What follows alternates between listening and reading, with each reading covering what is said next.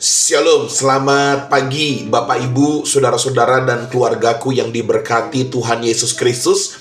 Firman Tuhan pagi ini saya ambil dari kitab Roma pasal 8 ayatnya yang ke-28. Demikian firman Allah.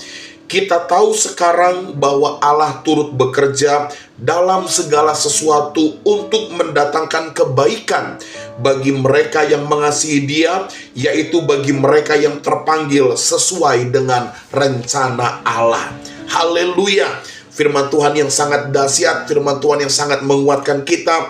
Roma 8 ayat 28. Kita tahu sekarang jelas Allah turut bekerja dalam segala sesuatu untuk mendatangkan kebaikan. Katakan amin.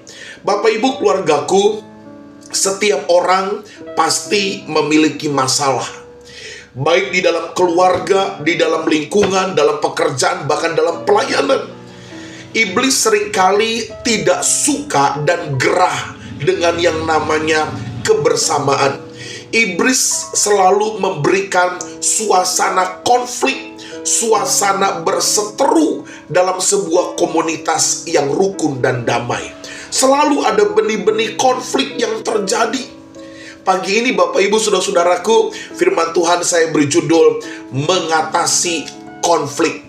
Saudara, Roma 8 ayat 28 dikatakan dengan jelas, Allah yang kita sembah di dalam Yesus Kristus turut bekerja dalam segala sesuatu untuk mendatangkan kebaikan.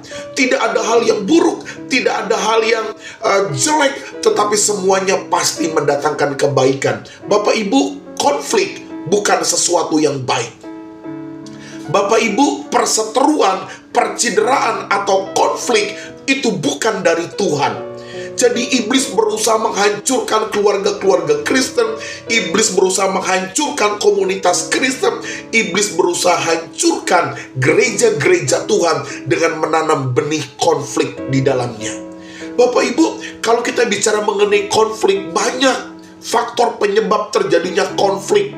Bisa saja karena perbedaan pendapat, bisa saja karena sikap egois, bisa saja karena kita mungkin ada sesuatu yang disembunyikan, lalu ada pikiran yang negatif, ada perkataan yang menyakitkan, atau mungkin ada kesalahpahaman satu dengan yang lain.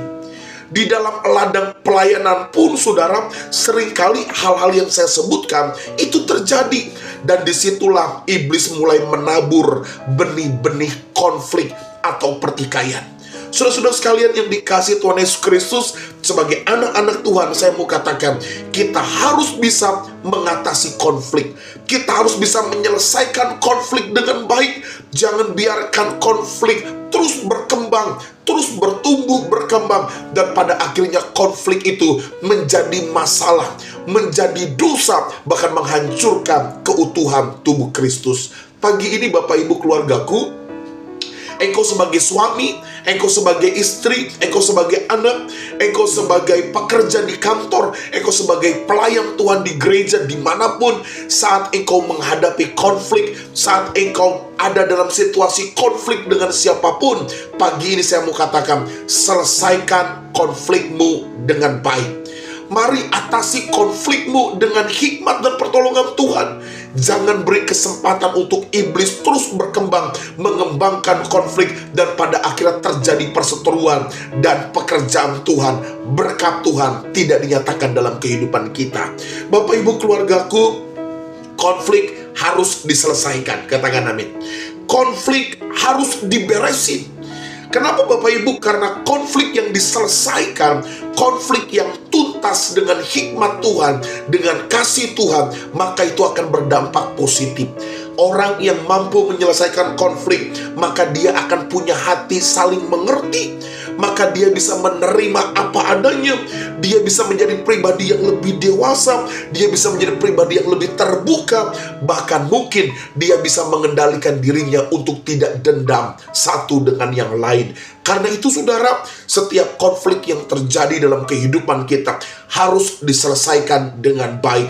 Jangan biarkan waktu yang menyelesaikan konflikmu. Jangan biarkan situasi dan kondisi yang menyelesaikan konflikmu. Tetapi dengan hikmat hikmat Allah, dengan pertolongan Tuhan, dengan bantuan Roh Kudus, mari selesaikan konflik yang terjadi dalam kehidupanmu. Nah, pertanyaan berikutnya adalah, bagaimana cara mengatasi konflik? Apa yang Alkitab ajarkan tentang bagaimana mengatasi konflik? Saya menulis saudara ada 3 langkah sederhana. Bicara mengenai langkah ada 4, 5, 6, 7, 10 bahkan lebih langkah-langkah praktis untuk kita bisa mengatasi konflik. Tapi pagi ini saudara, saya memberikan 3 langkah praktis bagaimana kita bisa mengatasi konflik. Yang pertama adalah saudara, hal yang paling mendasar dalam menyelesaikan konflik adalah jadilah pribadi yang dewasa di dalam Tuhan. Katakan amin. Pribadi yang dewasa, bukan lagi pribadi kekanak-kanakan, bukan lagi pribadi seperti anak kecil yang tidak mengerti kebenaran, yang kompromi dengan dosa. Saudara, supaya kita bisa menyelesaikan konflik, jadilah pribadi yang dewasa. Hai suami, jadi pribadi yang dewasa. Pikiranmu dewasa, perilakumu dewasa. Saudara, orang yang dewasa, dia tahu apa yang harus dia lakukan. Dia tidak melakukan, dia tidak mengikuti emosi dan amarahnya, tapi dia mulai berpikir terlebih dahulu. Dia menjadi orang yang bijak karena kedewasaan yang menuntun kepada kebenaran. Lalu yang kedua saudara, apa yang harus kita lakukan untuk bisa mengatasi konflik? Yang kedua, stop menghakimi. Katakan amin. Saudara, kita tidak punya hak menghakimi orang di sekitar kita. Kita tidak bisa menjudge seseorang. Kita nggak bisa menghakimi 1-2 hal karena apa yang kita lihat. Kita perlu uji kebenarannya. Ada hikmat, ada berkat, ada pelajaran yang kita bisa ambil dari setiap orang yang melakukan apapun terhadap diri kita. Jangan menghakimi. Mari belajar berpikir positif. Dan yang ketiga saudara, jangan lakukan kekerasan. Jangan lakukan hal-hal yang kasar, baik sikapmu, baik perkataanmu di depan anak, di depan umum, terlebih mungkin di depan pasangan kita. Mari belajar mengerti hati orang yang ada di sekitar kita. Mari belajar mengerti apa yang orang lain alami dalam kehidupan kita. Yang ketiga, mari jadilah pribadi yang lemah lembut. Apapun yang kita hadapi, percayalah Tuhan memberikan kita hikmat untuk menyelesaikan konflik. Selamat pagi keluargaku, shalom.